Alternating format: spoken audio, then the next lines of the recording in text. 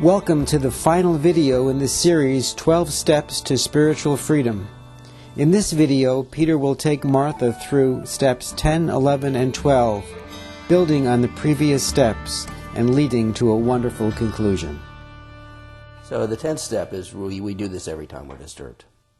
We're doing it on one incident. In the first time you go through the 12th step, you do it in the wreckage of the past. The 10th step is we do it whenever we're disturbed.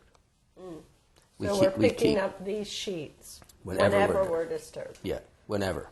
And it doesn't matter how small, because there is no such thing as a small disturbance. It may show itself as a small disturbance, but if you follow it, you'll find it wants to destroy. If it can't destroy your relationship, it'll destroy you. It's certainly going to destroy your peace and your spiritual life. So that's where. And then you take a moment, and now we have freed ourselves from trying to serve an ego, which really in the Christian religion is Pharaoh. They're always in servitude, and then God is trying to relieve them of that servitude so they can go worship the real God, the God of love and giving.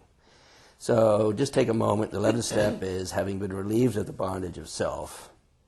In regard to Duncan, in regard to this situation, you pray, rather than trying to serve my ego, which can't be gratified, I've given that up. I've died to that, and now I'm praying only for the knowledge of your will for me, Lord, and the power to carry that out in my relationship with Duncan around this issue. So just take a moment and ask God for His will so you can be an instrument of His will, His love, and His healing in your relationship.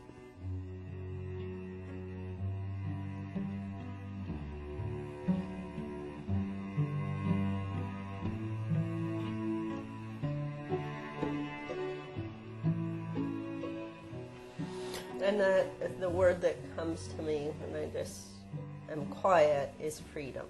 Like, that's what I have for you, Martha, is freedom. Yeah. And myself, when I first bumped into freedom from some addictions I have, it felt like nothing. It felt like a non-headache. When you're free of craving, what you experience is nothing.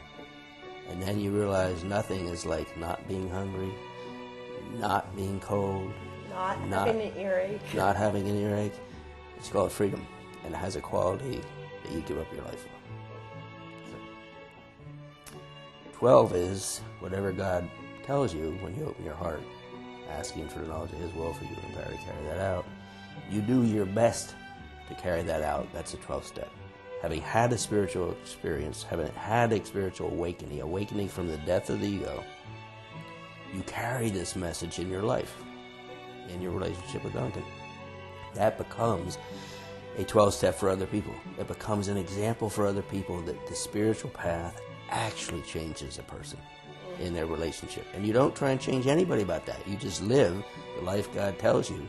And that is a living example of that transformation that God brings about for you. You don't bring it about. So that's basically it.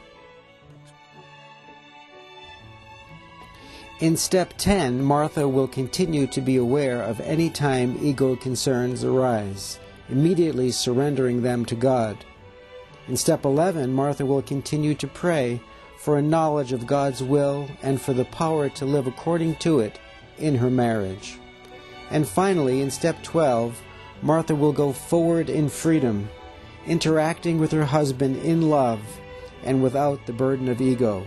She will have accomplished the final step on the path to spiritual freedom, and she will realize that with God, all things are possible.